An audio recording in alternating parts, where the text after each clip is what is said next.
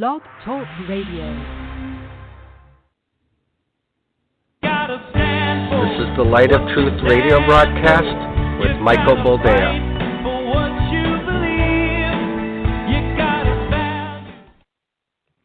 All right, welcome to the program, and thank you for joining us. This is the Light of Truth radio broadcast. I am your host, Michael Boldea, and as always, it is good to be with you. Thank you for joining us. Thank you for taking the time to listen. There's a lot of stuff we need to get into, and as the kids like to say, none of it's good. I know. I don't like being a buzzkill. I like to bring as much joy and levity into your lives as I possibly can.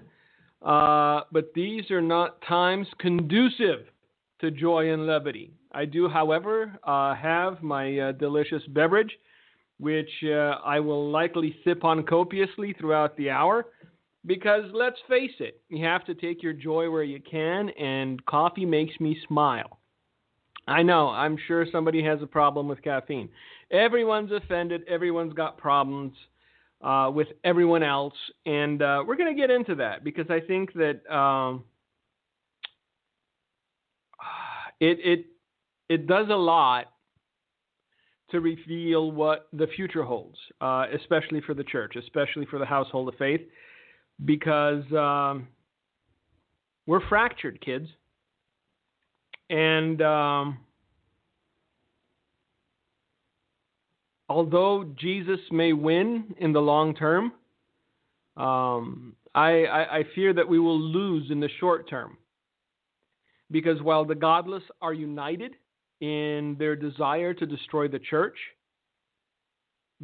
is divided, it is segmented, it is fractured, and much of it is at each other's throat. Because everyone's got a little clique, everyone's got a little group, everyone's got their slice of the pie, as the kids like to say. You don't talk about aliens, Ichabod. You don't talk about giants, Ichabod. You don't talk about Noahide laws, well, Ichabod. You don't talk about law? Ichabod. You don't talk about Torah? Ichabod. You don't talk about Hebrew roots? Ichabod. You don't talk about racial injustice? Well, Ichabod to you, sir. Ichabod to you. So this is what the church has become. It has become small groups within a large group that each has their own, pet doctrine to push or pet focus, whatever you want to call it.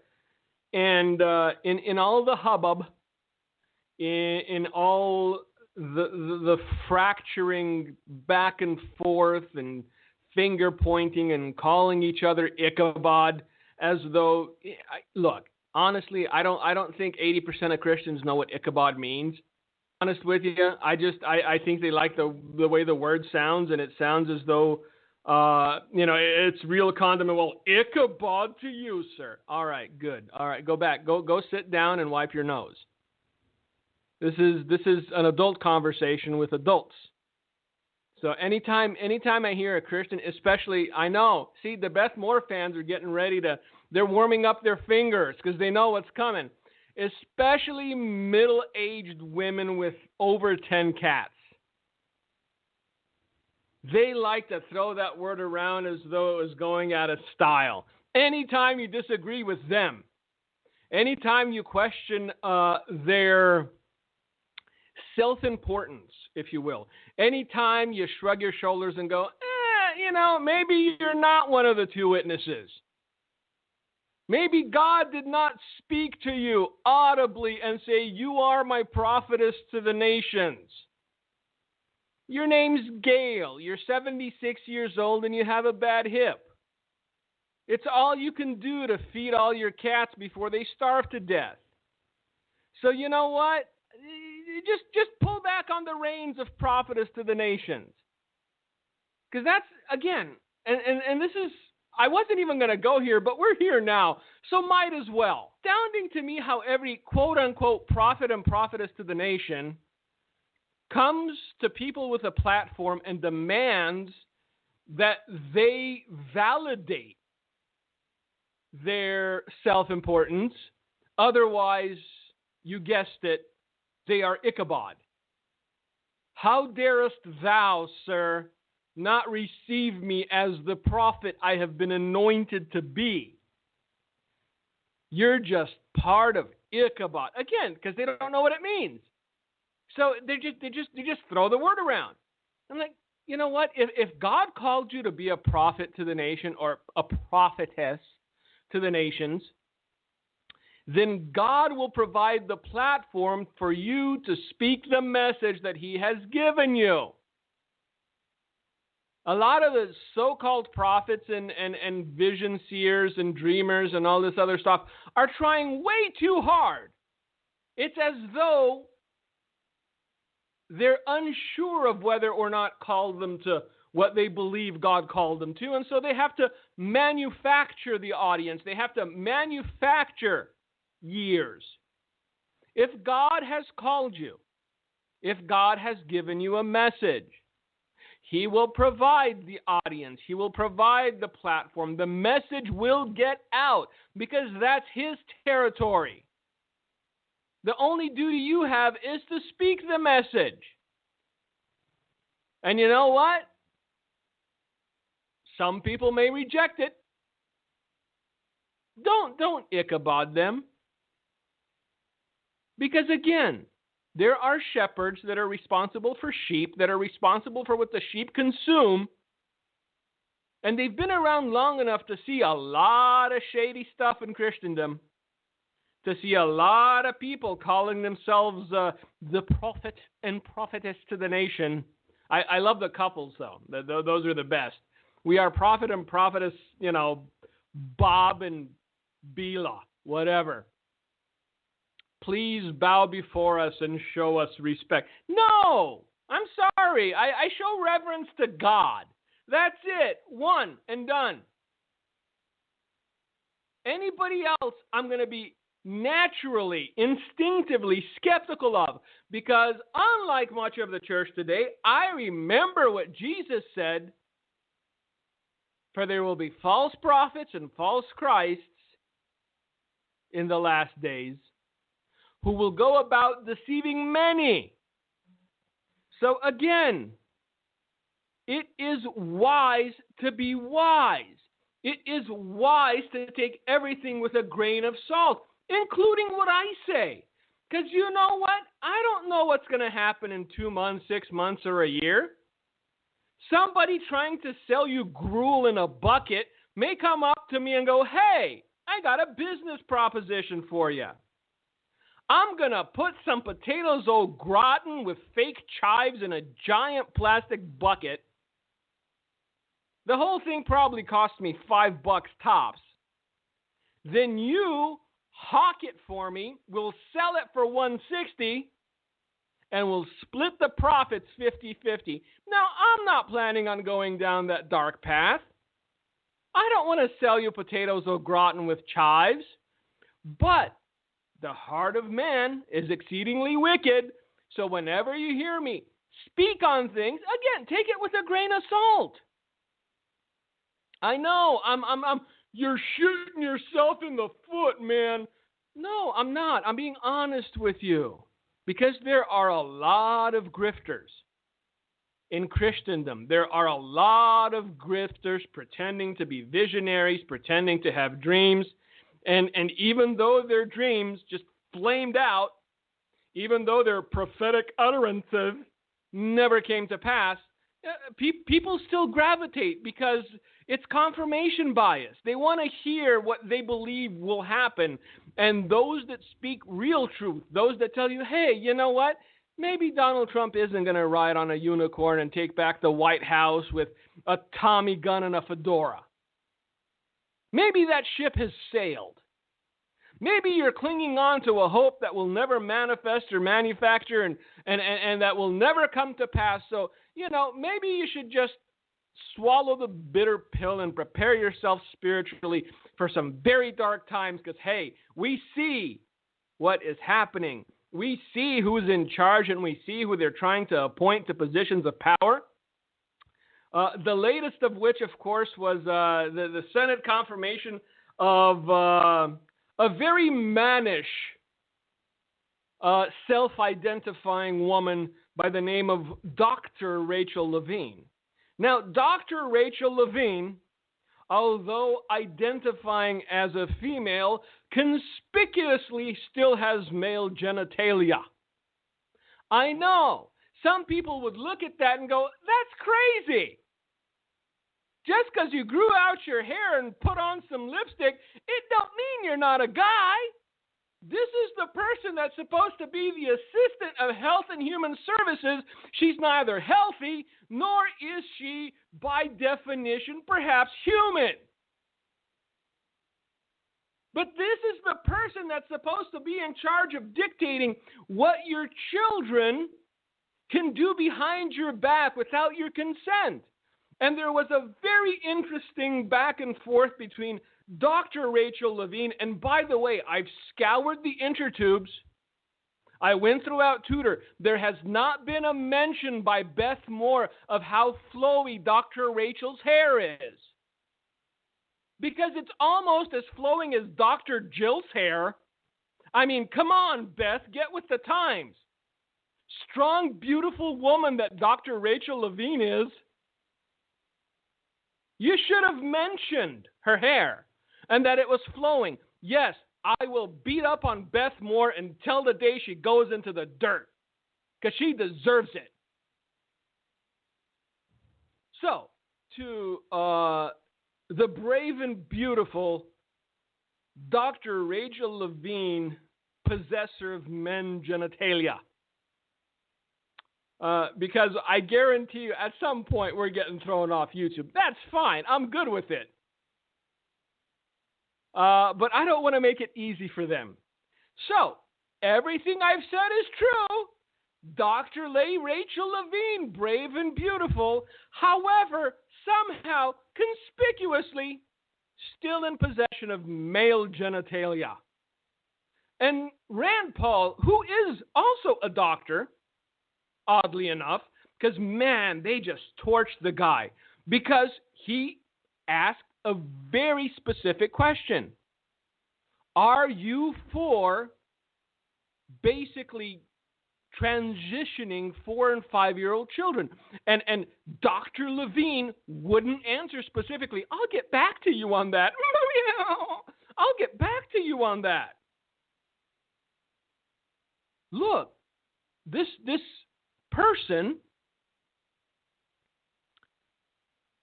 has been recorded. It is on video. Being very excited and excitable about 6- and 7-year-olds transitioning. That means, yes, being mutilated. And to his credit, you know what? Not a big fan of guys with curly hair, but Rand Paul's growing on me. Because he came out and said it, and he has the bona fides, if you will. I know it's bona fides, but I've heard people trying to sound really smart go, yeah, what are your bona fides? I'm all right, you know what, Ichabod, shut up. But Rand Paul is a practicing doctor, so he knows of what he speaks. And there has been enough data collected. There have been enough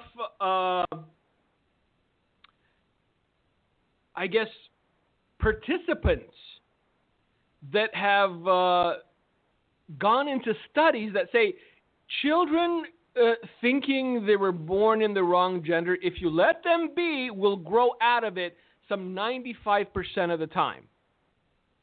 So if Bobby thinks he's Betty, 95% of the time, eventually Bobby's going to be Bobby because he's a boy. And like Dr. Rachel Levine, he has male genitalia.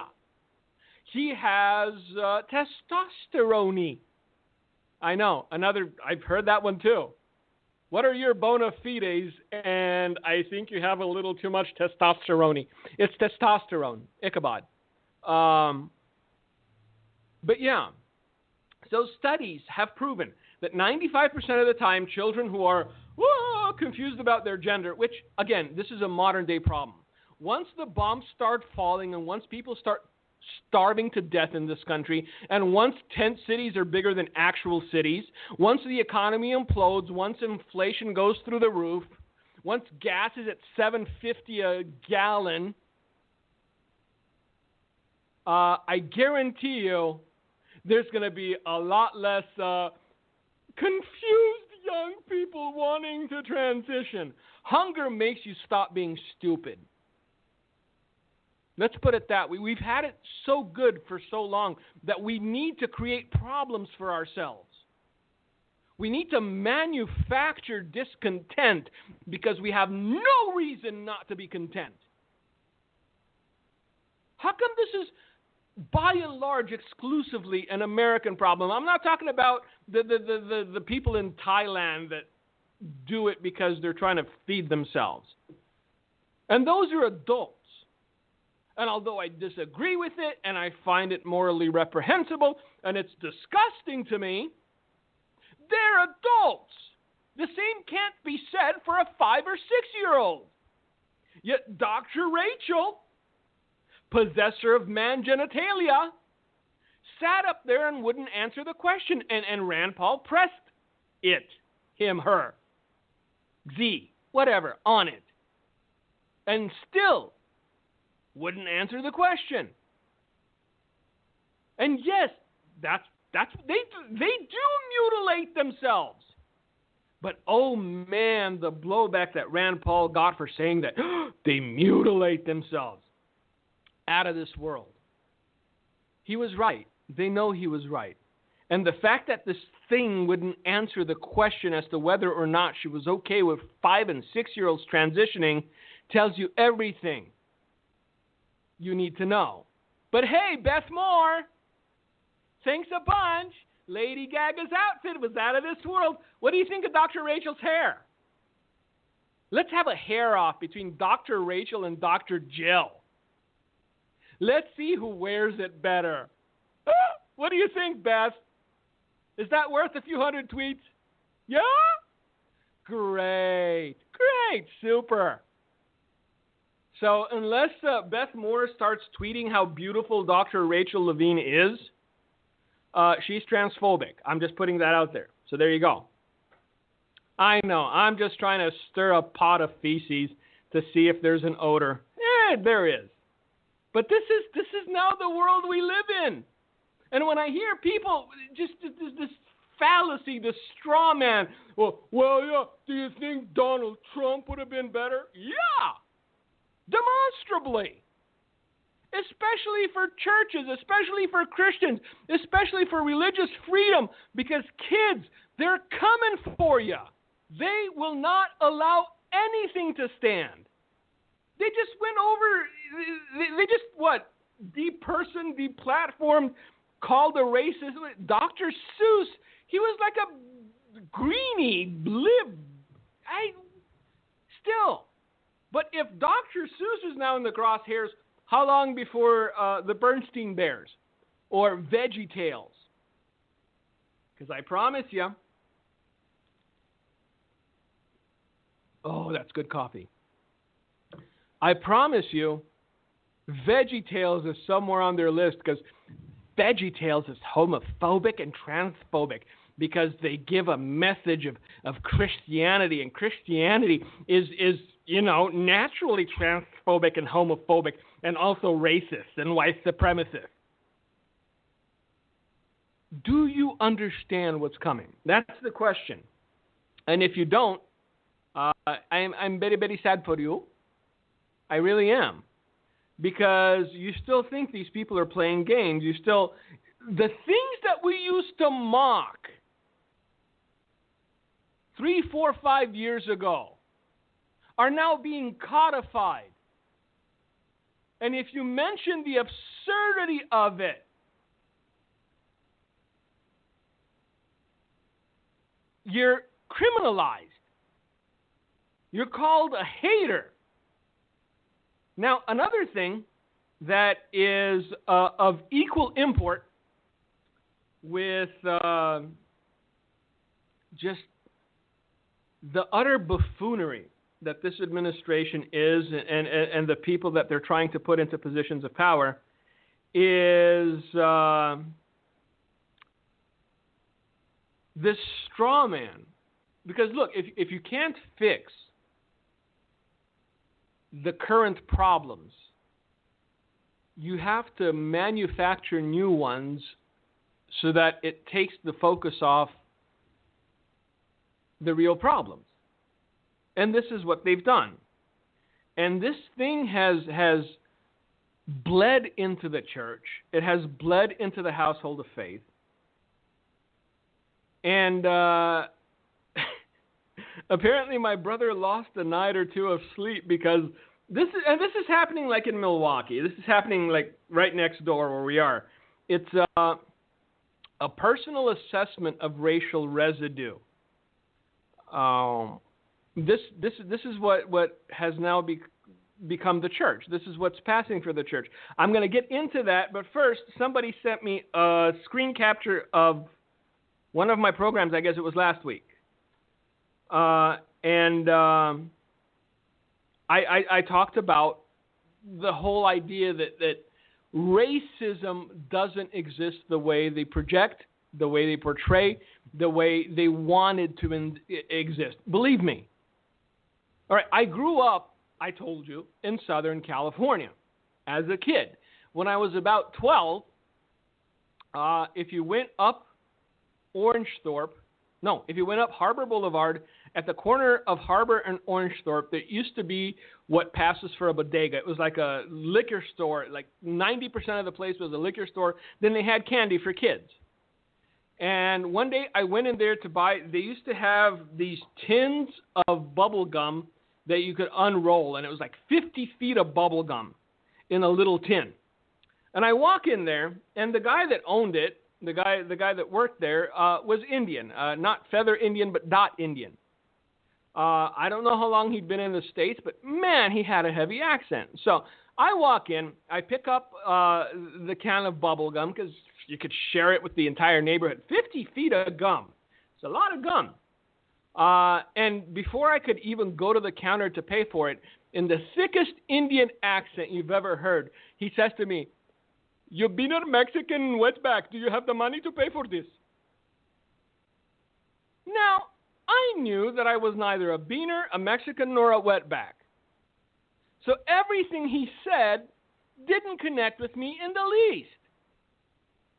You have to understand that I don't consider that racism. I consider that ignorance. I've been called a spick. I've been called a beaner. I've been called a camel jockey when I grow a beard. You know what? I'm none of those things. And even if I were, so what? I work hard. I pay my taxes. I raise my kids, and I provide for my family. This constant need to be victimized, this constant need to be a victim, this constant need to look, we got to the point of microaggressions now. Do you understand what that is? A microaggression is when someone perceives that your eye twitched the wrong way, I guess. Look, I wasn't looking at you because you're black or purple or yellow. You have corn in your teeth. That's the only reason I looked at you. I'm not microaggressing you. But this thing is so unbelievably insane in the damage that it will do to people that were not and are not racist by any means. If you keep calling somebody something that they're not, and all evidence points to the contrary, that they are not what you say they are, what you accuse them of being, their hearts will just grow cold. Their humanity will die. Look, we saw this happening with the whole Me Too thing. There were so many CEOs afraid of being accused of something they didn't do. They no longer took on female trainees. They no longer took on female interns. And a lot of these Fortune 500 companies, if you intern for one of them, then you're golden as far as a job is concerned. Because in every quote-unquote movement, there will always be grifters, there will always be profiteers, there will always be someone that sees an angle and they try to exploit it. That's the way things work. Welcome to the real world.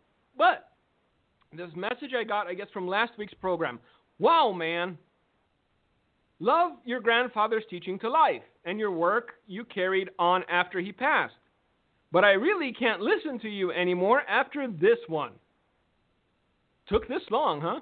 As a black man, I've experienced prejudice and racism a few times in my short 32 years. If you experienced it a few times in 32 years, may I submit that it's not as pervasive as most people say.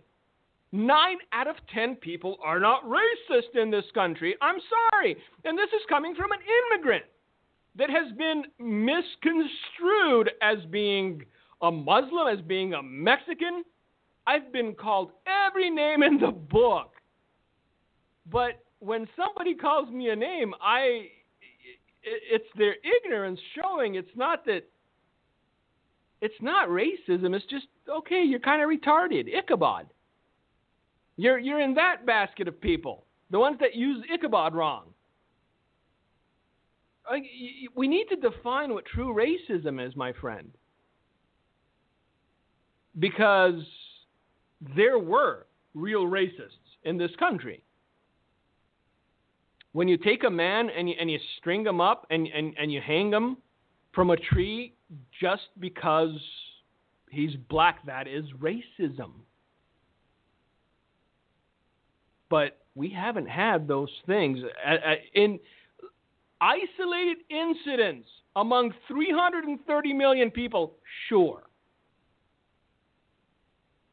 But I think it's a bridge too far to say that everyone in this country is racist because of those isolated incidents. So he continues, this is sad to hear you speak like this. I hope God puts it on your heart to see that you might not know the other people in another skin is really going through. Seems like you've gotten bitter or angry over the years. I'm not. I'm neither bitter nor angry, but I see where this is headed. As long as they keep people divided, as long as they keep people afraid, and by the universal they, it's either people in power, people in government, globalists, whatever you want to call it. I didn't say racism didn't exist. I didn't say it existed on the level that people are portraying it. I'm sorry. There's no evidence to that effect.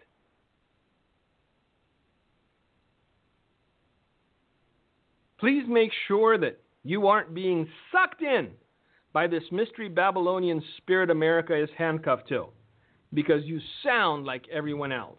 Now, there you go. So, again, I hope I've clarified.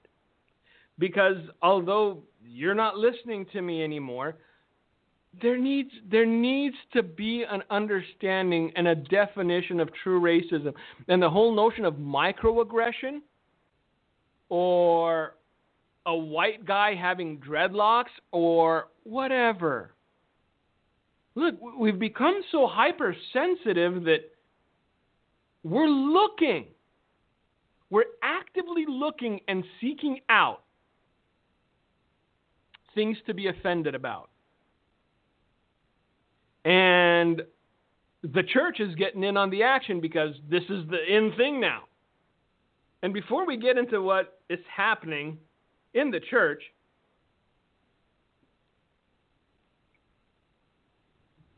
I'm going to read something to you. It's from a book that a lot of people have in their homes, but very rarely read. And they should, they should crack it open, wipe the dust off once in a while, crack it open, see what it says. Because if you're talking about racial residue in a church setting, then you've missed the boat. Now, this book I speak of had quite a few authors, but one of the most prolific of them was a man by the name of Paul. And he wrote letters to different churches a lot. That was his thing. A couple to his mentee, Timothy. But most of the time he wrote letters to the churches. That was good coffee. And he writes a letter to the Galatians. And in his letter to the Galatians, I believe in the 3rd chapter, around the 26th verse, Paul says something wondrously profound that much of today's Christendom has forgotten, and so we have to go down the racial residue track. But he wrote this: "For you are all sons of God through faith in Christ. For as many of you as were baptized into Christ have put on Christ. There is neither Jew nor Greek, there is neither slave nor free, there is neither male, female. For you are all one in Christ Jesus. And if you are Christ, then you are Abraham's seed and heirs according to the promise." So that's what the book says. For as many of you as were baptized into Christ have put on Christ. There is neither Jew nor Greek, there is neither slave nor free, there is neither male nor female. For you are all one in Christ. So, that's the springboard. That is how we are supposed to relate to one another within the body of Christ. However, this is what is being promulgated in churches. A personal assessment of racial residue. Assess your residue if you're a white person. I kid you not. This is from a church. And we're going to read a little bit because it's insanity. If you're a white person, how would you answer the question below? Have you always lived, gone to school, and worked in places where you were in the majority as a white person? If so, how might that have caused you to be wearing blinders? Can you think of ways you might have benefited from being white without knowing it? Again, church setting. This is what is being taught to people seeking spiritual succor. This is what is being taught to people that are seeking spiritual nourishment. Hey, whitey, think about it. Have you ever benefited from being white? No. Not in any meaningful way, most assuredly. If I speed, I get a ticket. When the cop pulls me over, got his hand on his hip near his firearm, just as he does with everyone else, because he doesn't know who he's approaching. Even though I may look menacing in a certain light, even though I could pass for Mexican, even though I could pass for Middle Eastern, even though I could pass for, as the Indian fellow that ran the bodega used to say, wetback beaner. The cop is still cordial, and I'm cordial in return. Hi, sir. Hello, officer. Can I have your license and registration, please? But of course, here they are. He takes them, and then he says, do you know how fast you were going? I shrug my shoulders, and I say, I have not a clue. Well, you were going pretty fast. Well, I apologize, officer. And then you know what happens? He doesn't look at my license and go, oh, it says white. Okay, here you go. Bye-bye. No, he goes to his car, and he says, I'll be right back. Whatever they do in the car, I don't know. It shouldn't last that long. But he comes back with a nice piece of paper, and he goes, would you sign this for me, please? Oh, what is it? Well, it's a citation. You were doing 38 and a 25, and I gave you a ticket. And never once did it cross my mind to say, but officer, I'm white. Because that would do nothing for me. He may give me a dirty look. He may think I was crazy. But let's continue, because that was just the level 1 residue.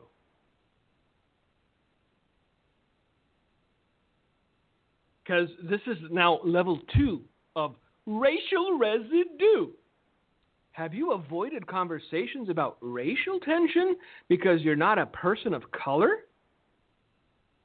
And didn't want to say something offensive and be judged for it? Have you ever seen a racial injustice or heard a racial slur but kept silent because it wasn't your issue or because you didn't know what to say? Oh. And then, of course, there's level 3. And look, if people thought this way, it would be a scummy world to live in. But thankfully, most people don't think this way. Except for certain people in office. Because, lest my memory fail me, it was one Mr. Robinette Biden, who back when Barack Hussein Obama was running for office said, oh, he's so clean and well-spoken. Level 3, signs of residue, racial residue. Have you ever been surprised by the high level of accomplishment of a person of color? Seriously? Because, I do it all the time. I'll walk into an urgent care because, boom, I nailed my hand to a piece of driftwood, and there's a black lady sitting behind the counter and says, can I help you? And I said, I don't know. You're black. Are you sure you can? Yes, sir. I'm a nurse. What's the matter? I'm honestly surprised you became a nurse with all your disadvantage of having melanated skin? Who does that? Nobody does that. That's why whenever something so insane happens, it becomes a news story. Some 8 or 10 years ago, some Nazi, and this was an actual Nazi with a swastika on his chest, refused to be operated on by a black doctor because he was black. It happens so rarely that it was national news. And people were scratching their head and going, that's a special kind of retarded. You're willing to die rather than let someone of a certain melanin count operate on you. Well, hope you get what you deserve. Look, in any sort of career field, have you ever walked into an office to apply for a job, to talk to a doctor, I don't know, whatever, an attorney's office, and you walk into the office and you're taken aback, you do a double take, you're a lawyer? Oh my goodness, and you're black. That's so great. Nobody does that. Have you ever been surprised by the high level of accomplishment of a person of color? No. It has never surprised me because tenacity, hard work, discipline have nothing to do with skin color. It has everything to do with the content of the individual's character. This is why someone like Ben Carson can grow up in the projects and become a world-renowned surgeon. Wherewithal, tenacity, focus, work ethic, and discipline.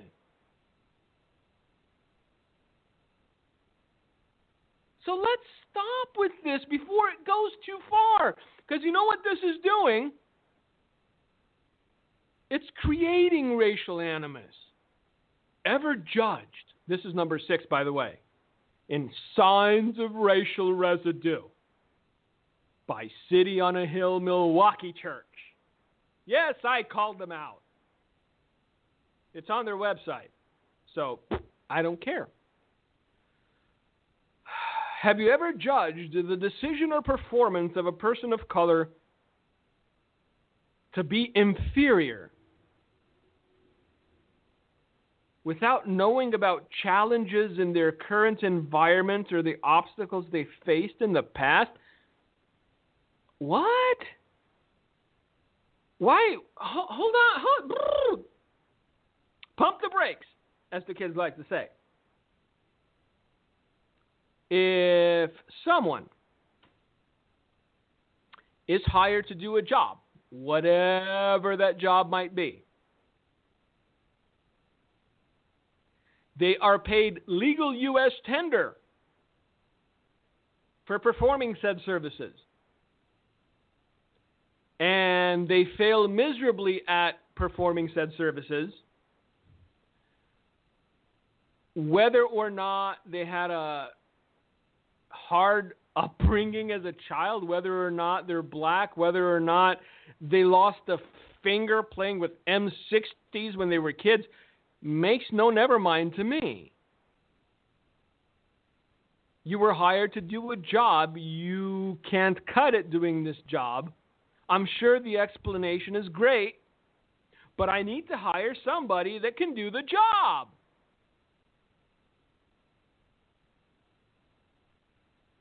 It has nothing to do with the person of color. Shoddy work is shoddy work. Everything has... Okay, now, to their credit, there is also a assess your residue if you're a person of color.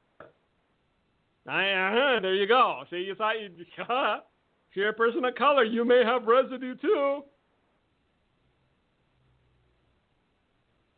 Number 1, and you just notice how tilted these are. Have you ever made an assumption or had a feeling before or after you got to know a person that you could not trust them because of their ethnic background or skin color? I hope not, because this is for people of color, and apparently I'm not a person of color, even though I could pass for a person of color. Oh, by the way, gypsy. I've been called a gypsy a lot too, but that's just in my country, and that's derogatory. And guess what?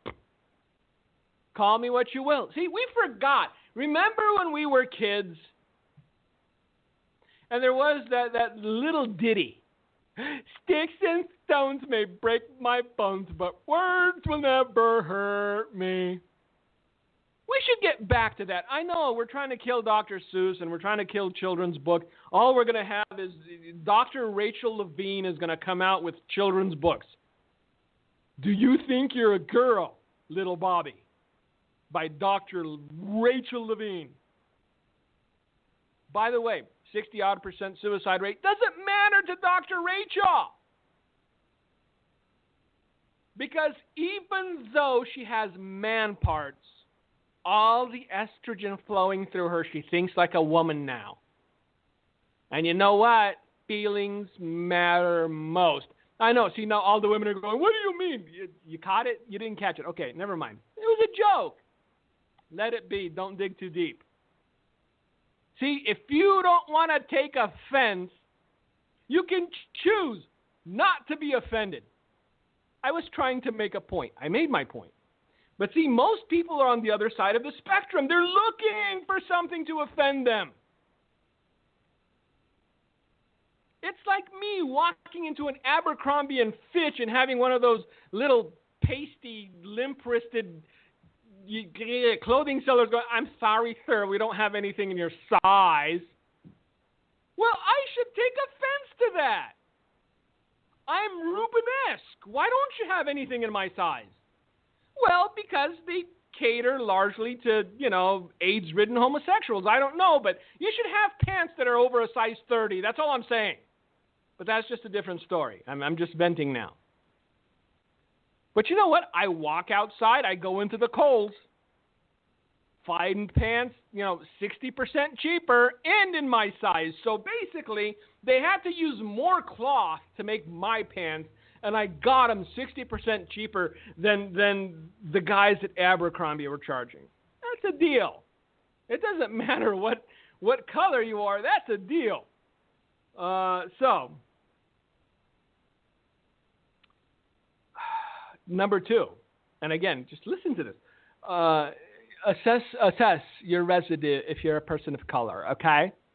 So if you're a person of color, you should assess your residue.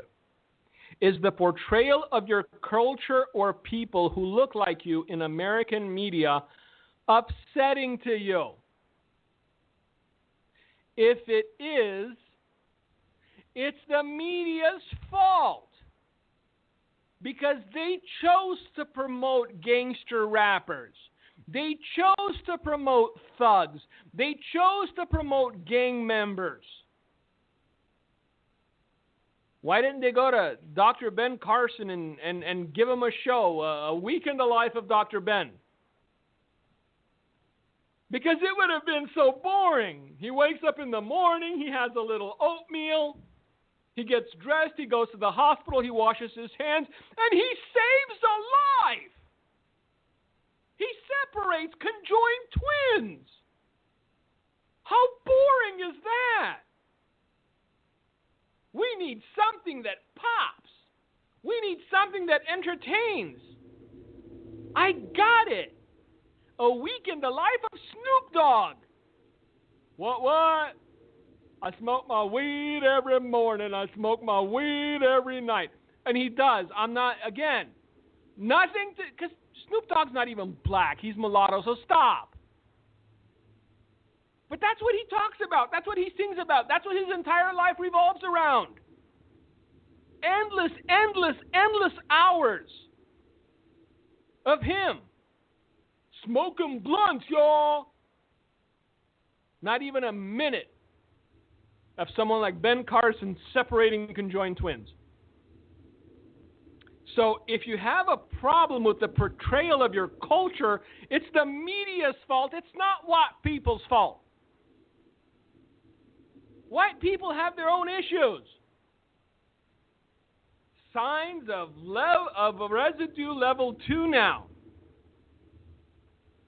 Can you think of many instances when being a person of color worked against you or put you at risk of being humiliated or harmed? Yes, when playing basketball. That's a racial stereotype. You know what? Blame the NBA. Why aren't there, 5'11", 300-pounders, with red hair, gingers, playing professional basketball? Huh? Okay, there was Larry Bird, but that he was an anomaly. I'm sure if he did a DNA test, but this is so insane. It's absurd. It's so absurd, and it's so destructive because you have people actually questioning whether or not they're racist, never having done anything racist.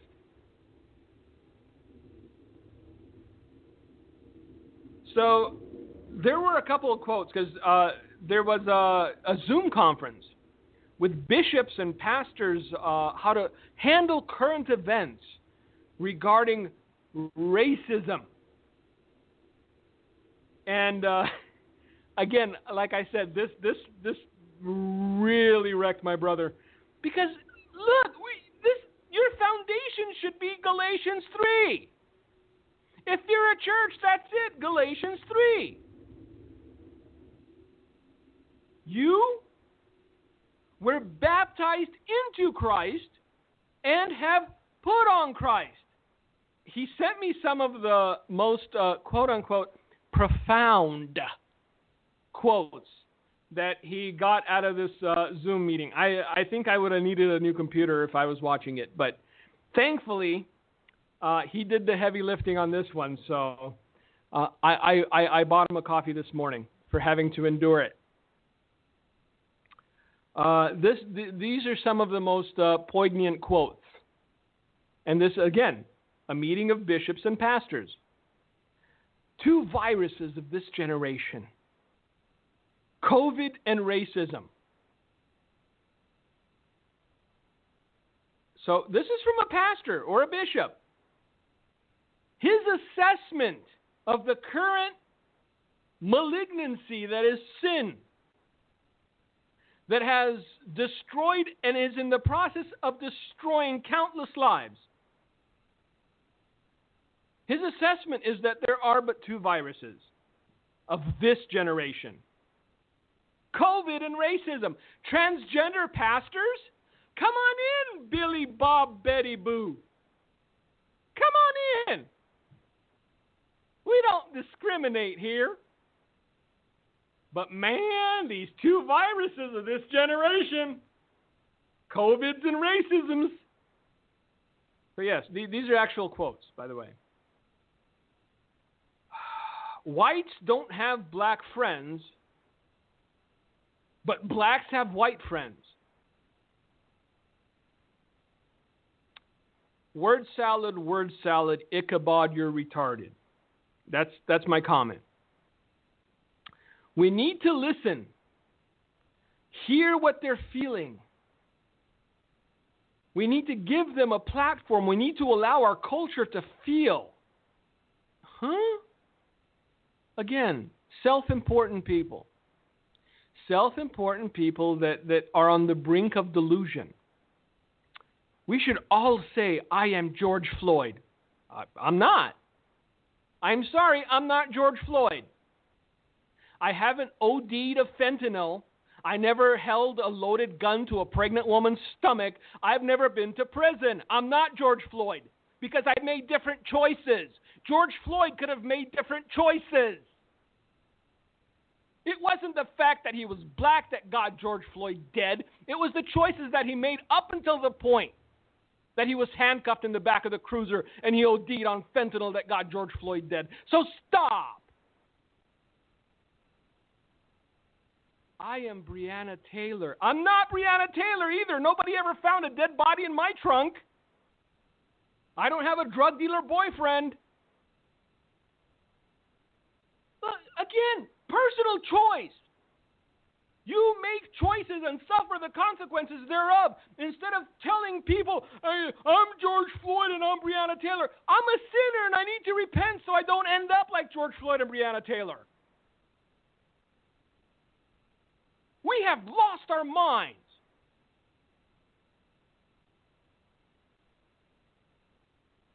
God is not going to use the church to heal the issue of race, but he's going to use the issue of race to heal the church's soul. Again, another quote. For you are all sons of God through faith in Christ Jesus. For as many of you as were baptized into Christ have put on Christ. There is neither Jew nor Greek, there is neither slave nor free. There is neither male nor female, for you are all one in Christ Jesus.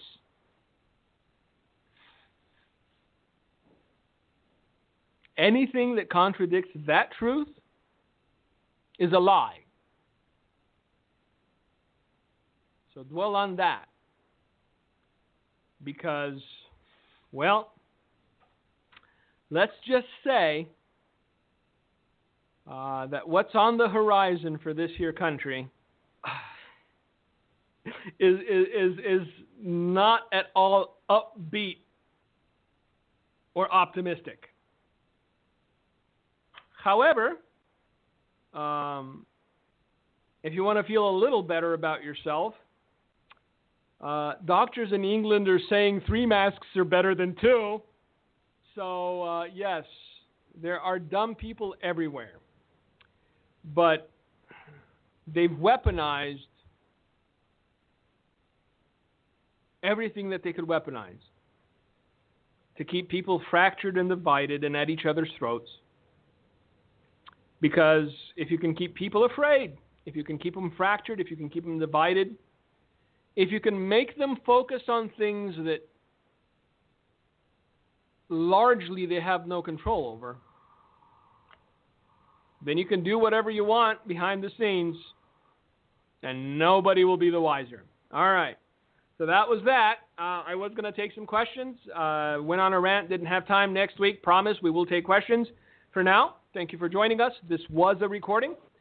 May God bless you. May God keep you. Gino, if you got anything to say, the floor is thine. All right. Thank you, Michael. We're so glad that you could tune in today. And, it's very important to be on top of the issues. It's important to know what's going on because a lot of times people see things happening like this transgender person that's up for one of the top jobs in the land for a health department in the United States. It's amazing that sometimes we don't know what's going on in our own world where we kind of just let someone else tackle the problem or let someone else bring it up or let someone else deal with it.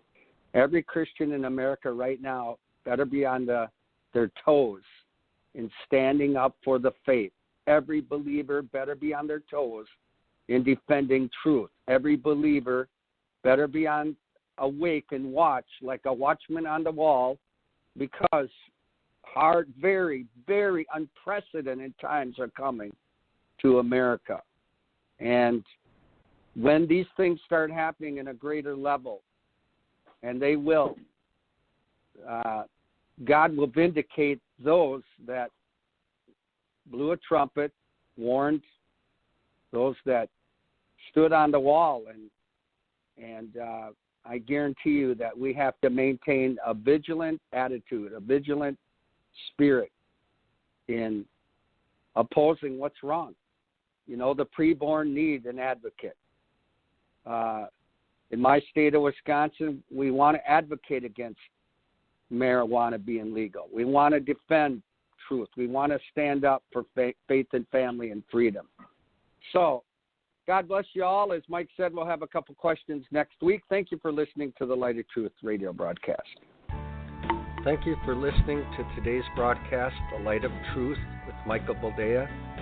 If you would like to order a copy of today's broadcast, please visit our website at handofhelp.com. If you have questions about our ministry, you can email us at handofhelpoffice@aol.com. or simply call us at 920-206-9910. God bless you.